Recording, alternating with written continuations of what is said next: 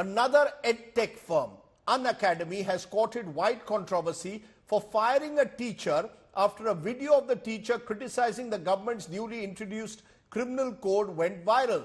The teacher is urging the students in that video to vote wisely in the future.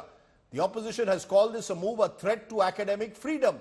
It comes at a time when another prestigious academic institution, in this case Ashoka University, also finds itself under the scanner for a professor resigning after he put out a controversial research paper. Are personal political opinions not allowed in our classrooms or in research papers? That's our top talking point. अगली बार जब भी अपना vote दो, किसी पढ़े लिखे इंसान को अपना वोट देना, ताकि ये सब कुछ दोबारा जीवन में ना झेलना पड़े. This viral video of Karan Sangwan, a faculty member of Unacademy, has cost him his job. सिर्फ ऐसे इंसान को ना चुने जिनको सिर्फ बदलना आता हो, नाम चेंज करना आता हो, है ना? The edutech firm sacked Sangwan after facing an online backlash by alleged supporters of the BJP over his criticism of newly introduced criminal code in Parliament. Unacademy, in a statement, defended its action, saying Sangwan had breached the code of conduct. Now opposition parties have joined the issue. मुझे लगता है कि कोई भी अगर ये बात कहता है कि पढ़े लिखे लोगों को वोट दें, तो अब ये पढ़े लिखे शब्द जो है ऐसा फील होने लगा है कि ये सत्ता विरोध का प्रतीक बनता जा रहा है. धीरे धीरे लग रहा है कि सरकार ऐसे मान बैठी है कि ये उसके खिलाफ यूज किया जा रहा है. Meanwhile, another controversy is raging in the academic world. Ashoka University's assistant professor Sabyasachi Das resigned after the institution distanced itself from his controversial research paper, Democratic Backsliding in the World's Largest Democracy. In this research paper, Das has argued the BJP won a disproportionate share of closely contested parliamentary seats in 2019 Lok Sabha polls. While another professor has quit Ashoka, many others have warned of a faculty exodus. In another incident, the Indian Institution of Sciences in Bengaluru blocked human rights activist Teesta Setalwad from giving a lecture at a pre-decided venue. The opposition is alleging that academic freedom is increasingly coming under threat. We are very surprised at the hostility which this government shows towards education and educational institutions. They are so deeply influenced by WhatsApp University that they are out to undermine these seats of education, these temples of education. The Modi government is out to destroy our educational institutions. The opposition parties such as DMK, Aam Aadmi Party and Congress are claiming that the BJP has unleashed reign of terror, because of which an edtech firm did not even stand up with a faculty member who appealed his students to vote for literate representatives. And the opposition parties are claiming that the academic freedom on the campuses are reducing with every passing day. With video journalist Mridul Mohan, this is Amit Bhardwaj reporting for India Today from Delhi. Okay, let's go first to the newsmaker of the moment. Karan Sangwan is the teacher who's been sacked. Appreciate your joining us, Karan, to give your side of the story. Do you accept the view of Unacademy that a teacher cannot air political opinions during a classroom? That's the accusation against you when you said in that video, elect someone who's educated, understands things, don't elect someone who only knows how to change names. Make your decision, and this was said in the context of the criminal procedure code changes made by the Modi government. So the accusation is you are targeting the Modi government, calling the government unpad. Sir, first of all, thank you for connecting me. Another thing is, sir, the intent behind that particular statement is not regarding any kind of a controversy. That particular statement is given by me regarding the quality of education, or a student must approach towards a best quality of education. That is the concept, that is the context of the statement. But that statement is portrayed in a wrong way, that statement is interpreted in a wrong way against the government itself. That is the impact of social media, जिन्होंने negatively उस चीज को वहां पे cast करने का काम किया.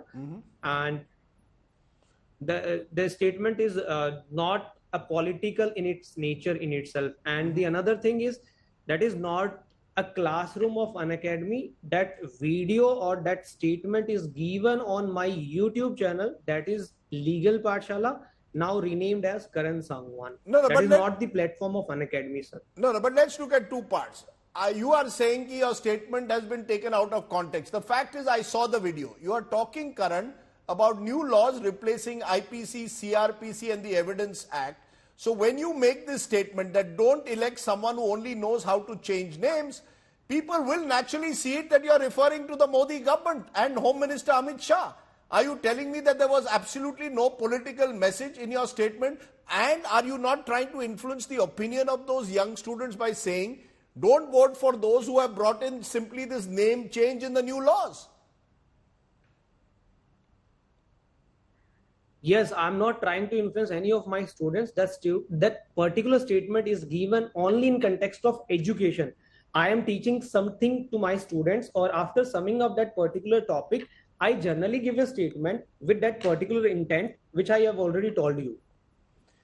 But then how do you respond to how Unacademy, the online portal, reacted? The manner in which they asked you to resign straight away? Did Unacademy give you at all a chance to respond, to explain your statement, or did they say overnight, Karan, this viral video is unacceptable, breach of code of conduct, you are airing political opinions, you have to go? Is that true? Yes, I get a chance to explain my statement, and I explained that particular statement in my reply to their notice. But what did Unacademy say? Unacademy ka jawab kya tha? I clearly mentioned that particular statement is not a political statement in its nature, and I am denying each and everything. Jo bhi you have cast allegations against me, and after that they in their termination notice they said your response is unsatisfactory and we are terminating you. So they said that they are terminating you. One last question. What is the lesson of, in a sense, for you? Do you believe that teachers have to be very careful now in this age of social media, even in your personal videos? Or do you believe academic freedom is being compromised? That as a teacher, you have the right to tell your students whatever you feel is the best way to communicate to them?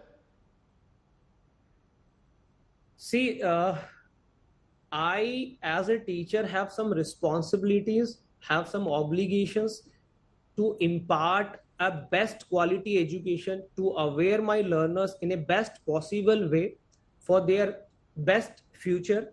And this particular statement is part of this context, this purpose. Because I have learned in my school days, there are so many teachers who teaches me, they always told me, you have to learn something that is very important to survive in a society, that is important for a betterment of the society. And they always push a student to get more educated. जब आप पढ़े लिखे होगे, so you have some kind of analytical thinkings. You can analyze the things. आप समझ सकते हो, अच्छे से analyze कर सकते हो, and you can go with the right or the wrong. This is the context of that particular statement, and that particular statement is only for my students and only for the purpose of education. That is not a political statement, not a political propaganda, and I am not specifying a name of a particular person, a name of a particular political party. No.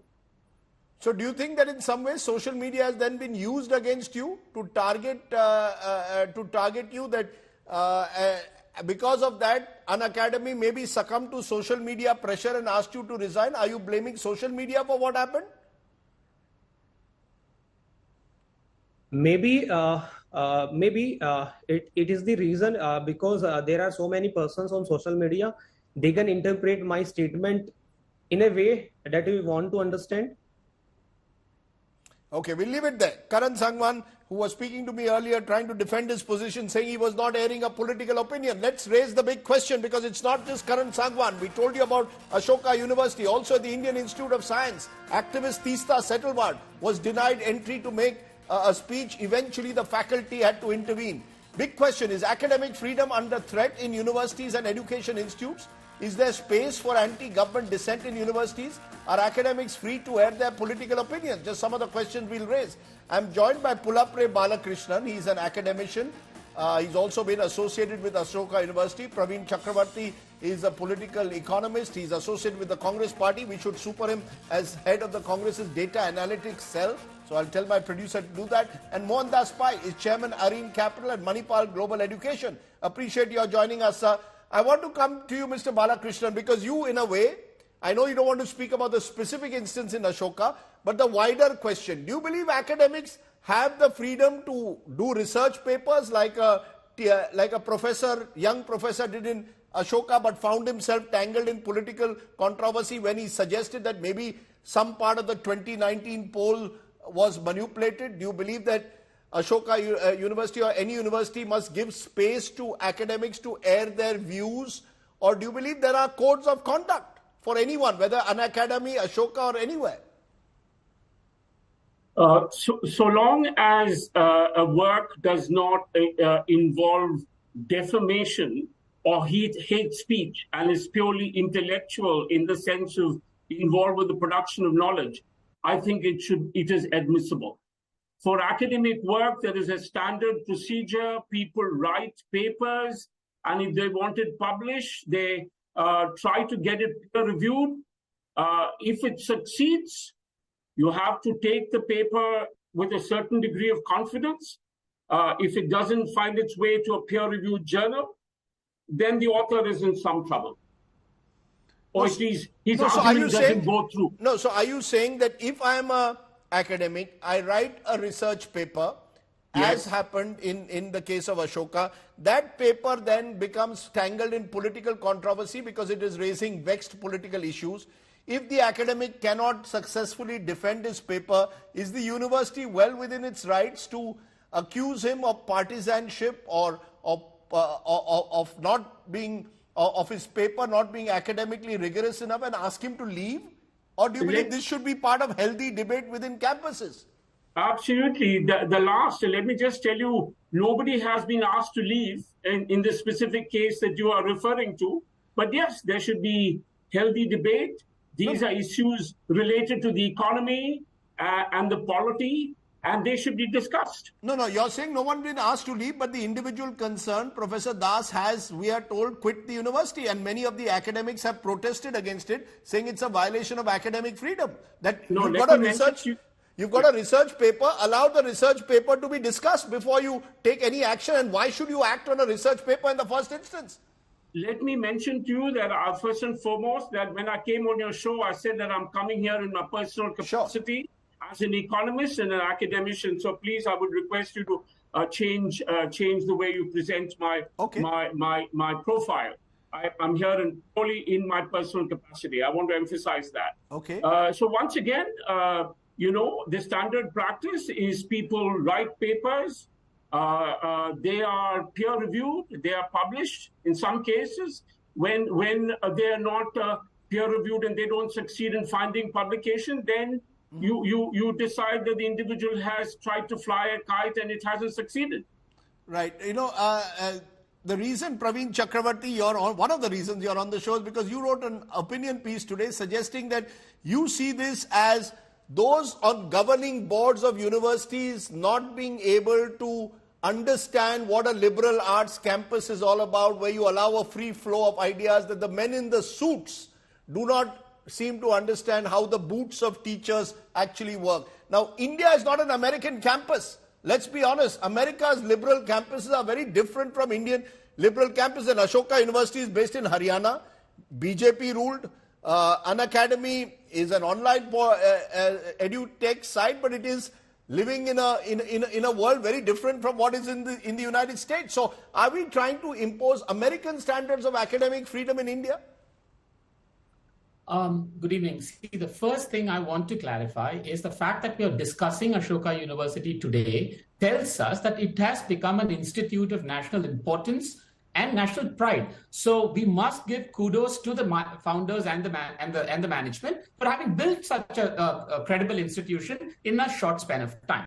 So they deserve that credit. Now, what I said in my piece today was this is actually a clash of ethos and purpose between the suits that fund the university and the boots that run it, which is the faculty and the students. And the argument that I was making was, in this particular case, as someone who understands a little bit of data and elections and followed the 2019 elections, I can tell you the paper in question was hyperbolic in its findings, in its title. I mean, and I think had it been subjected to the natural process of the academic credibility market, the paper would have been called out on its own. By intervening, the governing body and the management distorted the entire debate and the narrative. And they intervened, perhaps because of political pressure, perhaps because they were bullied. And that is where I was trying to make the argument. Listen, it does not work like a corporate. The liberal arts universities, for them, the daily ritual is to say some things radical, is to put out opinions, is to clash. And the thought market decides it, as long as it does not disturb social peace and harmony. So in that context, why should the governing body intervene? And because they did that, we're having this discussion today because it has erupted into a big controversy. You're speculating, of course, at the moment. There is no hard proof that they've been bullied. We don't know that. But while you're smiling, Mohandas Pai, the implication certainly will be that. The implication, no, just a minute. The implication, whether it's in Unacademy or in an Ashoka, or indeed in your own state, the Indian Institute of Science, Tista Settle was disallowed from entering the gates to address the students. Radev, please, let us not exaggerate these events to be an assault on economic freedom. On academic freedom.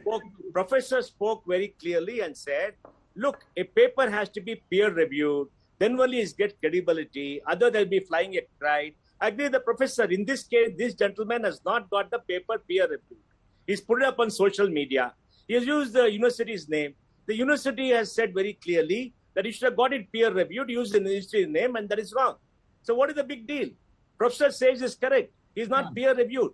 Now, if he wants to put up a paper in his individual name, that is fine. He used the university name. Like the professor told you now, don't use the university name. No, Praveen Chakravarti is saying that this is the part of the problem is corporates who run these private universities or indeed corporates who run edutech portals like Unacademy are under pressure. They want to toe the government line.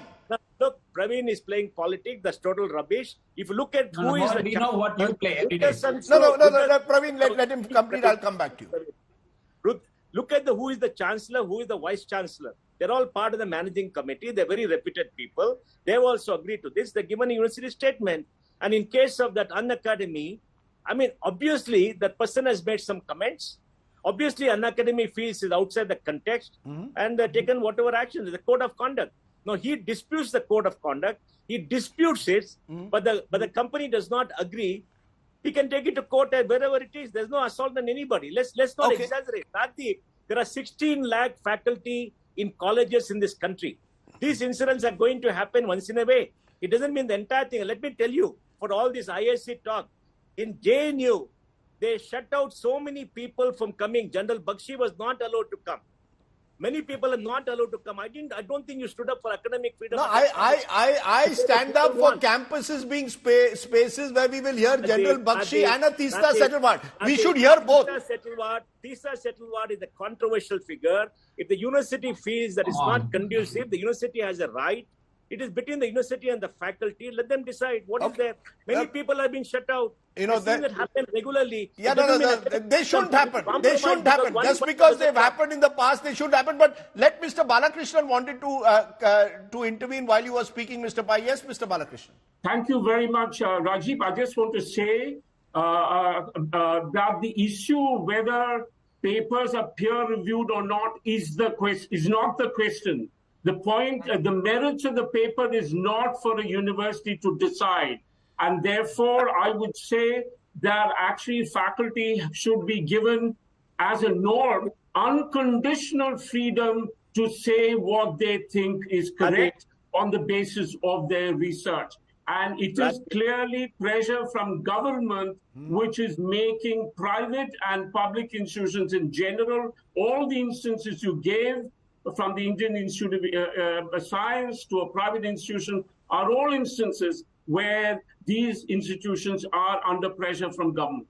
You know, those are strong words. Mohandas Pai, let's cut the chase. The truth of the matter is institutions, particularly in this case, of course, private institutions, but even government-funded institutions, academics don't have the kind of freedom that they have in the United States. Yes. Why, tell me, Radhik. Should we aspire to greater freedom? Radhik, tell me, in the social science area across India, for the last 40 years, it has been captured by the left. They shut out everybody else. Only one stream of thought is allowed. There's no clash of ideas. Has there ever been academic freedom fully in this country when the left was ruling? Sir, that's whataboutery. Mr. Pai, that's whataboutery because that happened in the 70s and 80s. We are going to do the same. I'm giving you data. We don't have the academic freedom that America has. That is data. Yes. And that is the truth. All right? Our universities have been vitiated by ideology for far too long without being open system. Look at the vision of Jawaharlal Nehru when he set up JNU, and look at what happens there today. We have to clean it up. We have to have academic freedom for everybody, subject to agreed norms. Let us have a code of conduct. They should have full freedom to publish. If they have to publish in a particular way, they have to follow. They should not release to social media and start a debate. Okay. Then they can do it in their own name and not use the university name. Nobody prevents anybody like professor coming and saying, I'm an individual, this is my view. Don't associate with any university. That is perfectly right. It's perfectly right. Once you say you're a professor, follow a protocol, agreed norms, don't do it otherwise. That's all. Okay, can I get Praveen to respond? Praveen, is that the way you see it, that this should be about norms? Let there be a clear code of conduct. No one can violate it. First, Rajdeep, the question is, why should we not aspire to be among the best in the world? I mean, if you ask the Ashoka University management, the governing body today, they will absolutely tell you that we want to be one of the best in the world. So what is this rubbish that, no, we don't have academic freedom like the West, and so we should never have, and so in the last 30 years... Praveen, stop lying, man. You never said never have and all that. So all that is, we must, if we want to aspire to be... If we want to aspire to be the best, no, let's not use words like lying and all. Let's listen to each other. No, we must please tell him to stop lying, Radhik. He's putting words in my mouth which I never said. Academic freedom means the freedom to air whatever they say, not subject to some rules of that the corporate suits are laying out here, saying you have to do have it peer reviewed and all of that. That is not how the academic professor said, Radhik. No, but Praveen, the argument I think that Mohandas Pai made is that for a long time, when the left dominated in a way campuses, they didn't allow other views to be expressed. Now there's a balance being sought. So we can argue till the cows come home whether what happened in the last 30 years or 40 years was right or wrong, or should there be correction now and all that. That is not the point. The point is Ashoka University wants to be the best in the world. The best liberal arts universities allowed for absolute freedom, subject to a broad condition of social peace and harmony. That did not happen in this case. There is no academic freedom in this country. Okay, final words to all of you. Mohandas Pai, quick response to what you heard from Praveen. Radhik, every university has a code of conduct and a protocol for publishing research, which carries the university's association. You have to follow that. When you join the university, you subscribe to that, you have to follow that. Okay. If you're in default, you have to pay the consequences. And I think that is something that you must respect. And if Ashoka University has that, he's been in contravention, he has to face it. Okay. I mean, you are not a free agent to do whatever you want, publish whatever you want. That's the protocol. Agree to the protocol. Mr. Balakrishnan, Professor, do you believe there should be a protocol, a clearer protocol than exists at the moment across universities in this country? What is acceptable, what is not? Can you delve into politics and expect not to get a backlash? It's not so much a matter of a code of conduct as much as a norm. And the norm is that you refrain from hate speech or defamation, but subject to that, you should have unconditional freedom to comment on the economy, the polity, or society. Okay. And if your work finds the respect of your peers, everybody, the government and the university leadership should accept it. Okay. I think those are very fair. Good to have a debate on this issue. I hope we can widen it further in the days and weeks ahead. Academic freedom is critical to building a better society. Allow our campuses to hear all kinds of thoughts. Left, right, center. Let's hear all of them. Praveen Chakravarti, Mohandas Pai, Professor Balakrishnan, appreciate your joining us.